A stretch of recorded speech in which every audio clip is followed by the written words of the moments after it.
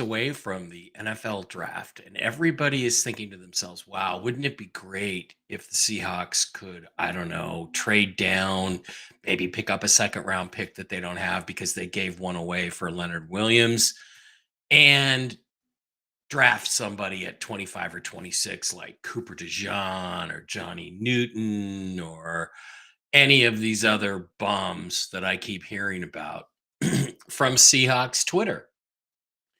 And my question is very simply this: given the events of yesterday, when Zach Wilson, who is a much better quarterback prospect than Sam Howell, for instance, just got traded for basically nothing more than paying some salary and Zach and a seventh round pick for a sixth round pick to the Broncos. Why would you trust John Schneider to make any kind of trade? Because this history shows one thing very, very clearly. When it comes to trading, John Schneider sucks at it.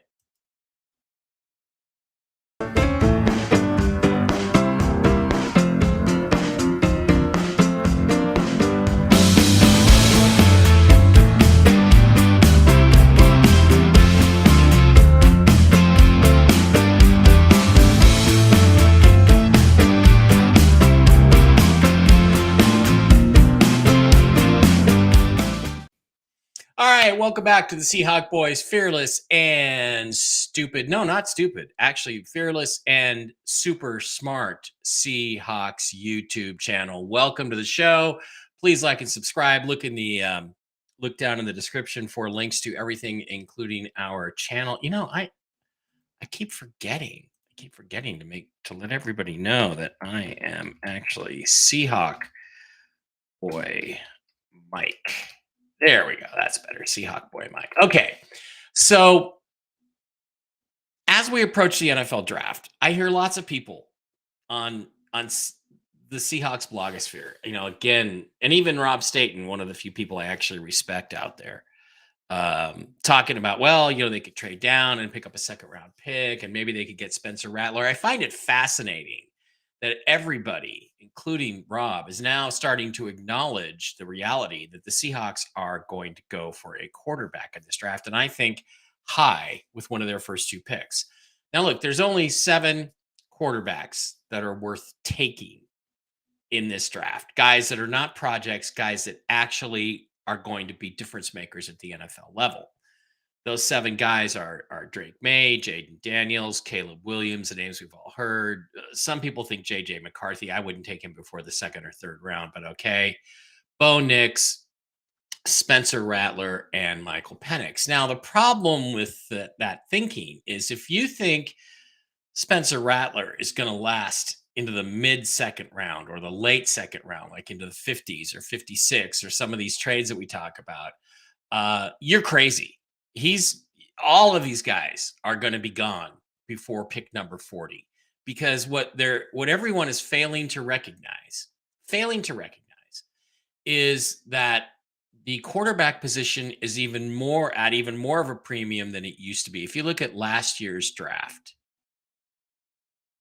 you had 4 quarterbacks taken right away. Boom, boom, boom. You had Bryce Young, CJ Stroud, who was the guy I advocated the Seahawks should trade 3 first round picks for and trade up and get to the number 1 pick. Anthony Richardson and Will Levis. Now, Will Levis lasted until the first pick in the second round. But here's the thing. He should have been taken by the Seahawks.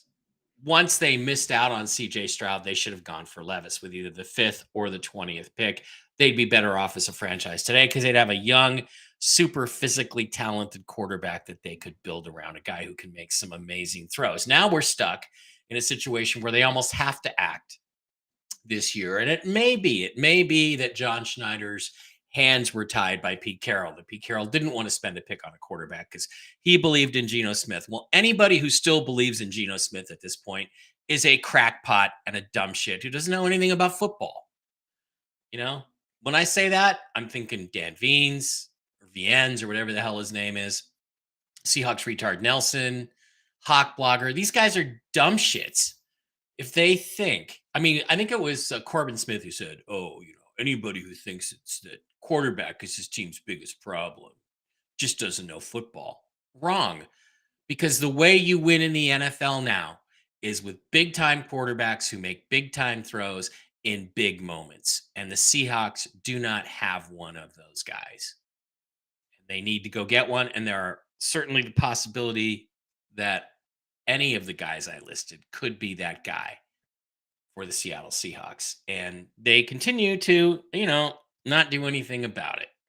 So everybody now is focused on, oh, well, the Seahawks say they want to trade, they need to trade down. They always like to trade down. So they're going to trade down and pick up a second round pick and, maybe even a third round pick along with that second round pick. And they can draft all these linemen and position guys. That's not going to make a shit of difference.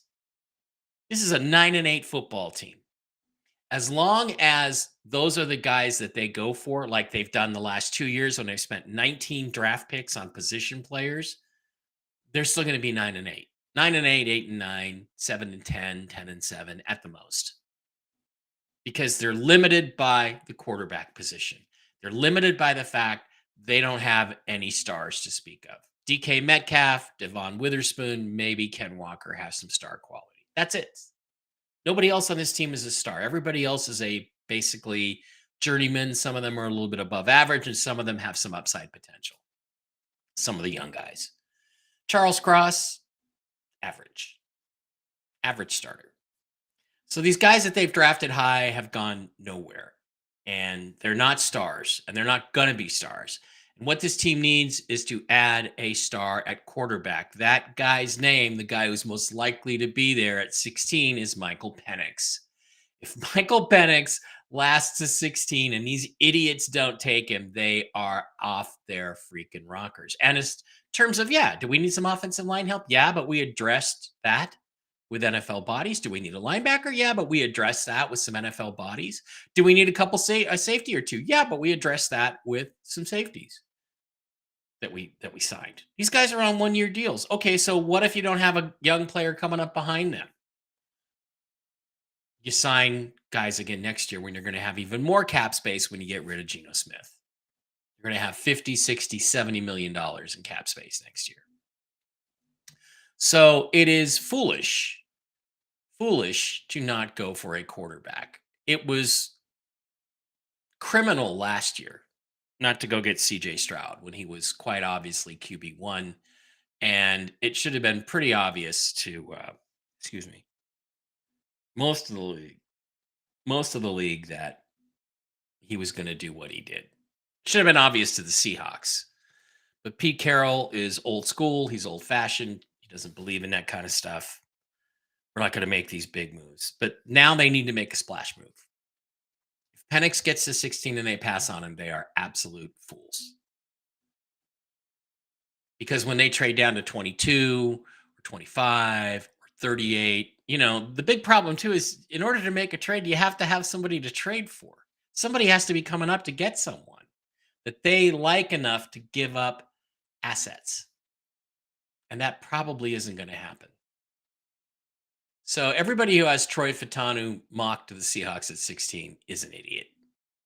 Not just because John Schneider's made it very clear he doesn't like to spend high picks on guards, but also because that's not going to do anything to bring you 1 inch closer to the Super Bowl. Michael Penix might. Bo Nix might. Spencer Rattler probably will. These guys are all worth taking at 16 or 22 or 25 or 32, wherever they end up, if they end up trading down. But here's the thing people aren't addressing is, why do you trust John Schneider to make a trade? What trades has he made in the past that make you trust his judgment? Let's take a look.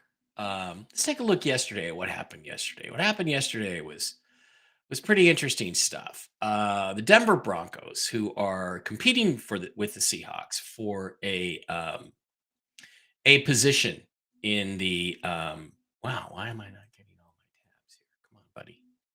Who are competing for the Seahawks in trying to get a quarterback. Well, they signed Zach Wilson yesterday.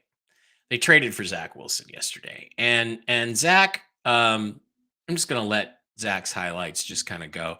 Zach is the former number 2 overall pick just a few years ago in 2021. He went into the worst possible situation in New York, played for two terrible head coaches, including Robert Saleh, who I think is probably the worst, one of the worst, if not the worst coaches in the NFL. And I could have told you that was going to happen a couple of years ago when the Jets hired him. But physically, he checks all the boxes. He has all the tools. He can move around with his legs. He can make plays. There actually are some highlights that show Zach making, some really, really good plays and throwing the ball and doing things that NFL quarterbacks need to do. He's had terrible coaching. He's had terrible players around him. He hasn't had much on the offensive line. Elijah Vera Tucker, who the Jets took instead of Christian Darrisaw for part of the Jamal Adams trade. They just haven't amounted to much. Not much of a running game, and he's had a lot of things work against him. Now, I hear a lot of people today saying stuff like, "Yeah, the quarterback fail rate is super high, Hiker 2023. Chances he'll be a star are low." But the reason for this, primarily, is because teams spend high picks on quarterbacks and then don't build anything around them. Then in the second round, they draft an edge rusher, or some fucking stupid thing like that. The bottom line is, when you draft a young quarterback, you have to do several things. First of all, coaching stability. You have to make sure the head coach stays for at least his first 3 years. Secondly, offensive coordinator. You have to tell the offensive coordinator, I'll pay you extra money, but your job is to develop this guy over the next 3 years, and you cannot take a head coaching job for the next 3 years.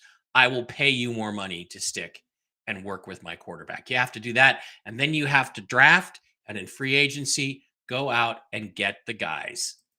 Go out and get the guys that are going to protect him, that are going to run the ball for him, and that are going to catch the ball from him.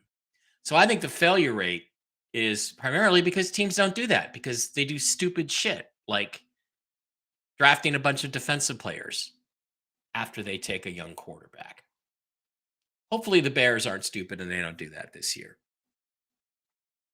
So they were able to get the former number 2 overall pick, and nobody disputed that. Everybody was like, yep, Zach Wilson, second number 2 guy on my board. They got him for basically a 6th round pick. They sent a 6th round pick to the Jets. They got a 7th back and Zach Wilson, and the Jets are paying part of his salary. Get him off the roster, get him off the books. And it's only like $2.75 million. So conversely, the Seahawks paid the equivalent of a 3rd round pick for Sam Howell.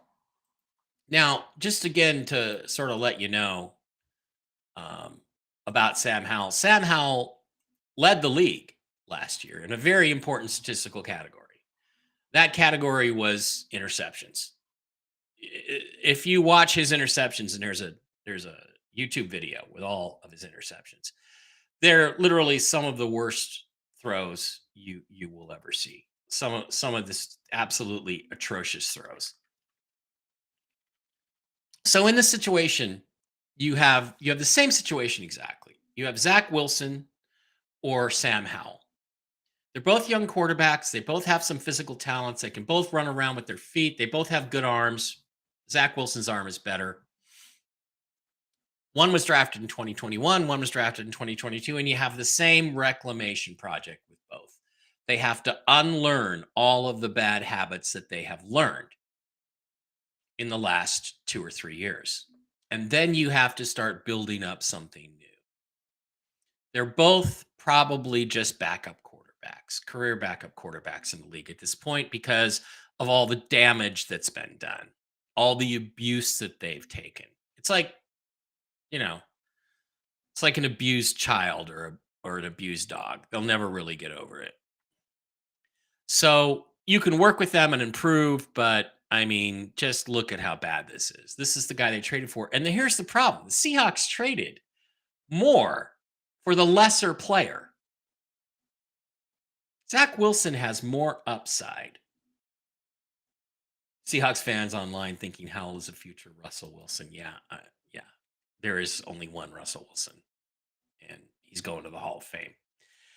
So, I I flipped over and I saw an article on the internet, which I think a lot of people probably agree on in Seahawks Twitter, and it's pretty awful to read. I mean, it's just like, wow. This is by 12th Man Rising.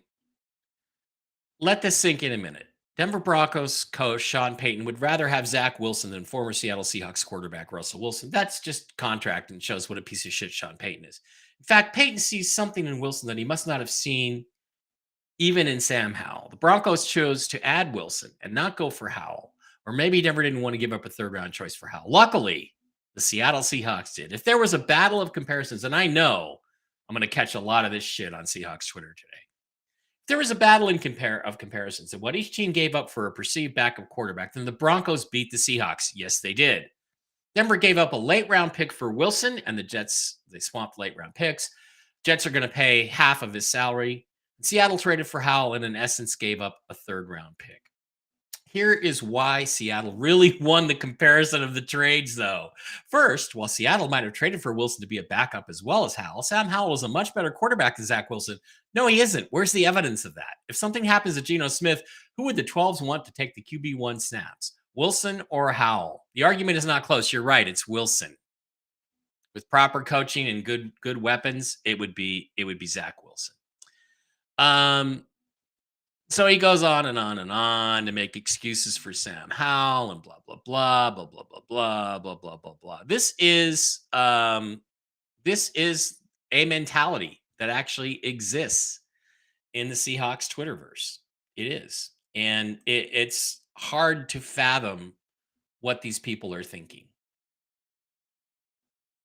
because the only thing Sam Howell has proven is that he can be the worst in the NFL at something. So you can pick on Zach Wilson all you want, but as you look at this, we could have had an equally bad quarterback with far more physical upside for a lot less than we paid for Sam Howell, which was the equivalent of a third round pick. If as you look at the value of the picks, we traded out of the third round into the fourth round, 20 some picks deeper. And not only that, we traded our best third round pick. But this is just an example of an ongoing process and an ongoing problem. And that problem is that John Schneider doesn't know how to fucking trade. John Schneider sucks at trading. And so why anybody is anxious for him to trade out of 16 instead of just sticking and picking Michael Penix or Spencer Rattler or Bo Nix, I don't know. I don't know why anybody would want that, because basically everything this guy touches turns to shit when it comes to trades. Now, you can say, wait, hey,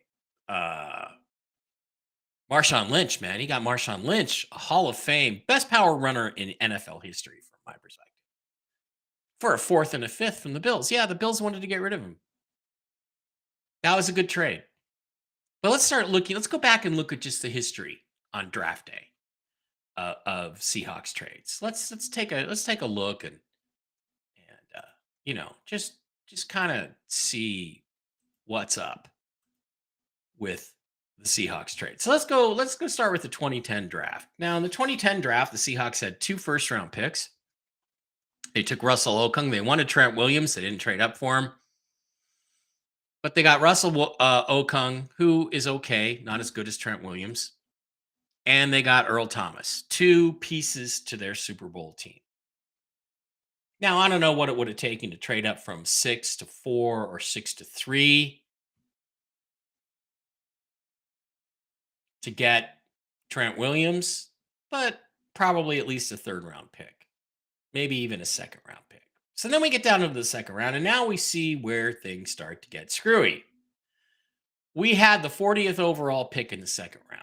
So we had two first rounders, thanks to Denver, and the 40th pick in the second round. So what did he do? John Schneider traded this selection and a 2011 third round selection to San Diego for fucking Charlie Whitehurst, touchdown Jesus, and the Chargers 2010 second round selection, 60th overall. So we dropped 20 spots in the second round and gave up a 2011 third round pick. Now, who could we have had at 40 if we'd have just stayed there and not made that stupid trade for a terrible quarterback who I actually saw play live with my own eyes? And I don't see how anybody could have thought this guy was an NFL quarterback. Probably the same guy who thinks Sam Howell is a better deal than Josh Allen. And by the way, you can argue salary cap, but the difference in their salaries is only 1.75 million this year after the Jets pay half of it. How about Rob Gronkowski? How about the Hall of Fame greatest tight end of all time? Could have had him with that pick. Now we kind of look down and there's a lot of other guys. Carlos Dunlap, a guy the Seahawks had for quite a while. Could have had him. How many sacks did Carlos Dunlap have in his career? 100. A 100 sack pass rushing defensive end. 100 sacks for Carlos Dunlap. No, instead we came down to 60, where we took Golden Tate, a wide receiver that we needed, and Golden did contribute to our Super Bowl win, despite catching the ball beyond the marker for a first down and then running backwards and getting tackled and losing the first down. So that was not a good trade. And then we made some other trades in 2010, passing on guys like Emmanuel Sanders. Here, let's look at this thing. This was part of the, then John Schneider traded number 70 to Philadelphia for, that was not Schneider. That was Tim Ruskell. So that was not a good deal. And there are lots of guys we could have taken with that pick. How about, Geno Atkins? A lot of guys we could have taken with that pick. So that's 2010. Let's move now to the 2011 draft, where guess what? We have already given up our third round pick and dropped 20 spots in the second round to get Charlie Whitehurst. And believe me, I went to a game in the 2011 season, and I talked to Pat Rule, who was one of the coaches. And by 2011, they already knew that Charlie Whitehurst sucked and Tavares Jackson sucked. So the Seahawks needed to get a quarterback in this draft, and they didn't. They stuck. They picked. They took James Carpenter, who never made a Pro Bowl. But the third round pick they lost. Let's slide on down. Yeah, here it is, 57. So then the Seahawks were forced to make another trade, which is they traded. They got Detroit's third round pick 75 and 107 for 57. Now at 57, they could have had Randall Cobb. They could have had Justin Houston, who had I don't know, in his NFL career, he's still in the league, 112 sacks. So if they'd never traded for Charlie Whitehurst, they had a lot of options. And then the third round pick that we gave up for him was 89 as part of the Charlie Whitehurst deal. So we could have had KJ Wright for that pick. And then at 99, we could have taken, I don't know, Jordan Cameron or Julius Thomas or, I don't know, Richard Sherman, taken guys early and then had leftover picks to take Tyrod Taylor. How about Jason Kelsey, Hall of Fame center? Could have taken a Hall of Fame center with those picks that we traded away. So once again, that's not a good trade. All right, so let's slide over to 2012. Now, 2012 is widely regarded as the greatest Seahawks draft of all time because even though, we had a first round pick, we got Bruce Irvin out of it, and we got Bobby Wagner is going to the Hall of Fame, and we got Russell Wilson is going to the Hall of Fame. That's true. But let's look at what we did. We were sitting at 12. And at 12, we traded out with Philadelphia for a fourth round pick and a sixth round pick, 114 and 172. We traded. The guys we passed on were Fletcher Cox, who's going to the Hall of Fame as a defensive tackle, and Chandler Jones, who was widely mocked to us. Let's just take a look at Chandler Jones. How many sacks did Chandler Jones? He's had 112 sacks in his career. So this is three guys now. Three guys in 3 years that have over 100 sacks in their careers that the Seahawks have passed on because of John Schneider's trades. So they can pick up fourth and seventh round picks. So we ended up with Bruce Irvin, who was a good player, member of the Legion of Boom, but certainly not a great player. Okay. We still ended up with Bobby Wagner. We lucked out and got the great Russell Wilson, who is going to the Hall of Fame. But imagine if that draft had been Fletcher Cox, Bobby Wagner, and Russell Wilson. Or how about Chandler Jones, Bobby Wagner, and Russell Wilson? Because don't make no mistake. Make no mistake. Bruce Irvin was brought in to be an edge rusher, and he didn't do that. Okay, so let's jump to 2013, our championship Super Bowl year. This is a terrible draft, bad draft, and in this draft we traded away our first round pick for Percy Harvin. Now this is one that I think worked out. People say, "Oh, trading a first round pick for Percy Harvin was terrible because he was injured all the time. He had these concussions." Percy Harvin won us. He made several big plays, including a kick return in the Vikings game that year that actually won that game for us. That was a game that we were in danger of losing at home. We lose that game late in the third quarter. We lose that game at home. We don't have home field advantage. We aren't playing the 49ers in Seattle. We probably don't go to the Super Bowl, and therefore we probably never have a Super Bowl victory. So trading for Percy Harvins was well worth it. Now, who could they have had? DeAndre Hopkins, yeah, great player. Cordero Patterson, really good player. Zach Ertz, Darius Slay. Oh, Geno Smith. Yuck. Eddie Lacy, Travis Kelce. Well, guess what? We could have had Travis Kelce in the second round, and we didn't. So again, this is another example where Seattle trades back with Baltimore to pick up fifth and sixth round picks. And instead of taking Travis Kelce, who's going to the Hall of Fame as a tight end, we take Christine Michael. So again, when John Schneider trades, bad things happen. And let's look at who the Seahawks picked up with some of those guys. Oh yeah, Spencer Ware, Harold Simon, Jesse Williams. So when Seattle would make these trades, invariably the guys they got were not contributors.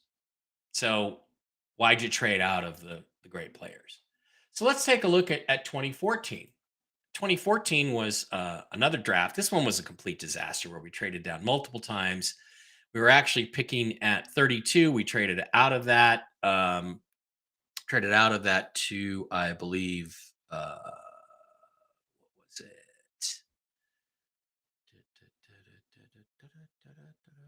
We traded out of 32. No, we traded down to 40 and then traded out of 40 to 45. And we needed a wide receiver because Golden Tate had left. And we picked Paul Richardson over Devontae Adams. So this is an example of trading down, picking up an extra pick late in the draft, and then they blow the pick. Who did we get? We got we traded this 40th and a 5th for Detroit's second, fourth, and seventh round selections. So we blew Paul Richardson, 111. We traded again and got like Kevin Norwood, who was a complete washout. So once again, John Schneider trades down, and once again, it's a disaster because we picked the wrong guy.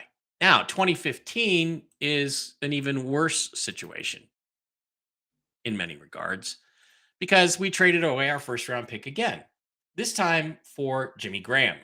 Now, I don't really have a problem with that. We were picking 31 because Pete Carroll had thrown away the Super Bowl on the 1 yard line.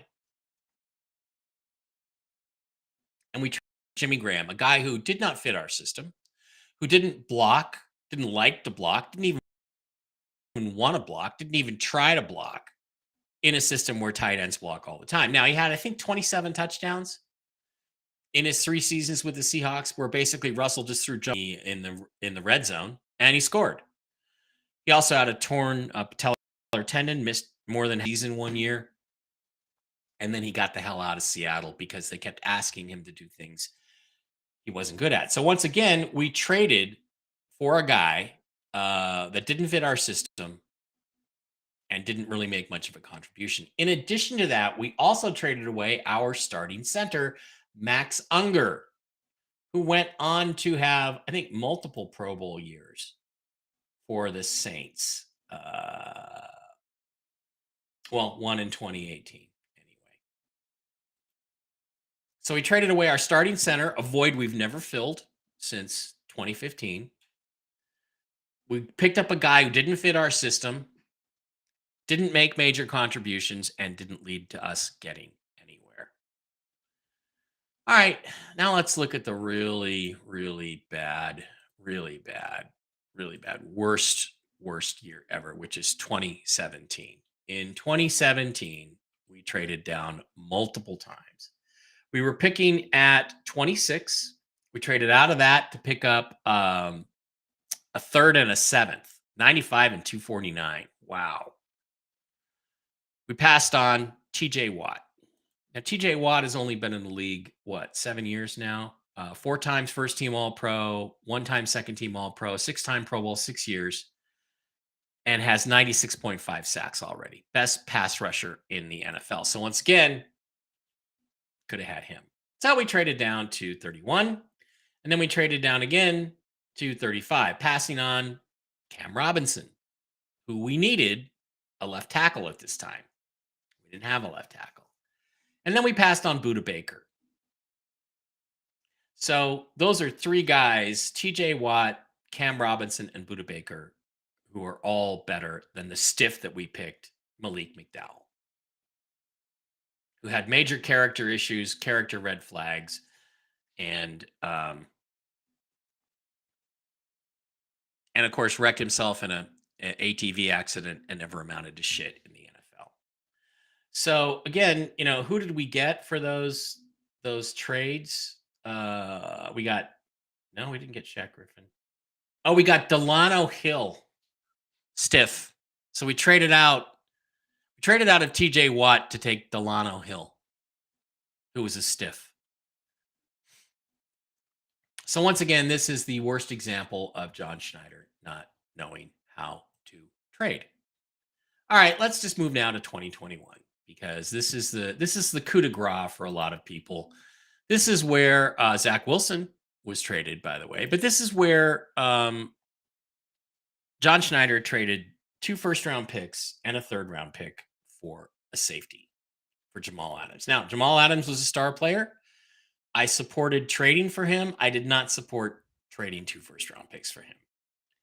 But as a result, we ended up in 2021 with no first-round pick because of other bad trades that John Schneider had made. We had only a second-round pick, which we burned on D. Eskridge, who's a stiff, who's going to be off the team this year. And passed on, guess what? A center, Creed Humphrey, who's probably going to go to the Hall of Fame if he stays healthy, and could have solved our center problem and probably would have kept Russell Wilson from injuring his hand on Aaron Donald's helmet because Donald would not have been able to come right up the middle and pressure him so his hand hit Aaron Donald's helmet and basically ruined Russell Wilson's next 2 or 3 years. So again, you look at the trades that he makes, and time after Amon-Ra St. Brown's another guy we could have had for that pick. If you wanted a receiver, you could have had Amon-Ra St. Brown. But we're not here to discuss how shitty the Seahawks are at drafting. We're here to discuss how terrible John Schneider is at trading, and he's bad. So when you say you want to trade out a 16, my question to you is why? For what?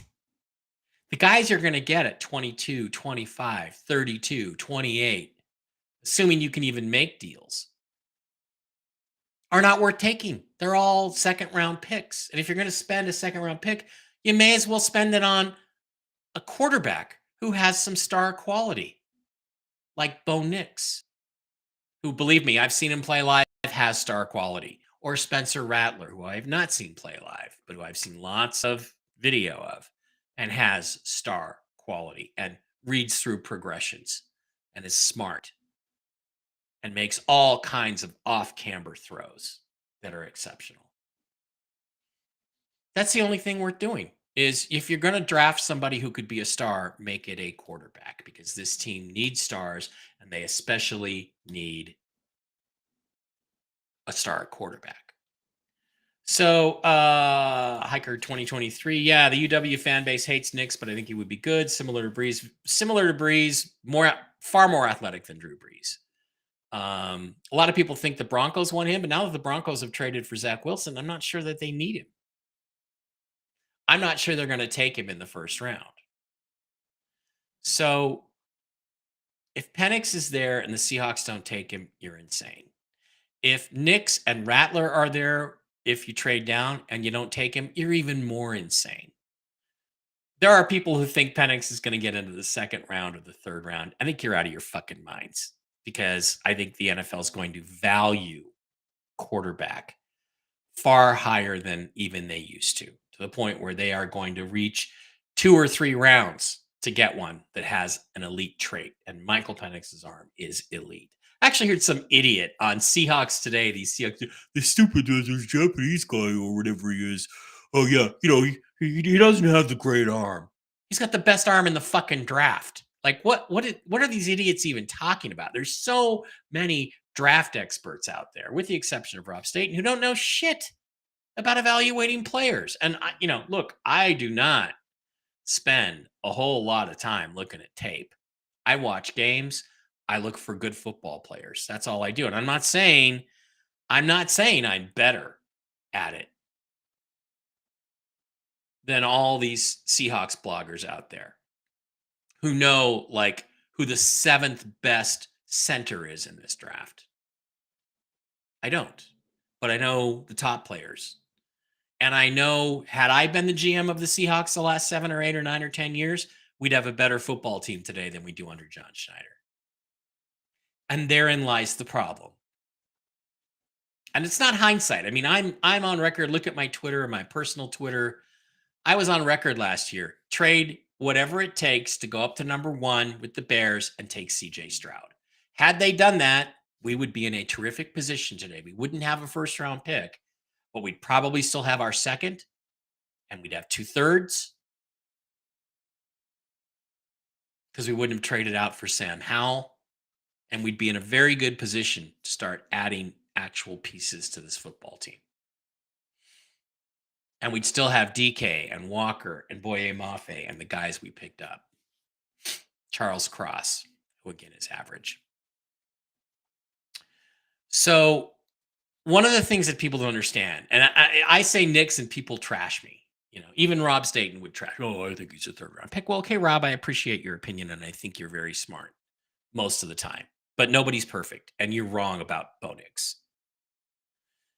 You look at the 2 guys under pressure against the blitz who were the most effective in this draft. Michael Penix is number 1. Bo Nix is number 2. Michael Penix takes a sack or throws an interception only 1 out of every 12 times he gets blitzed.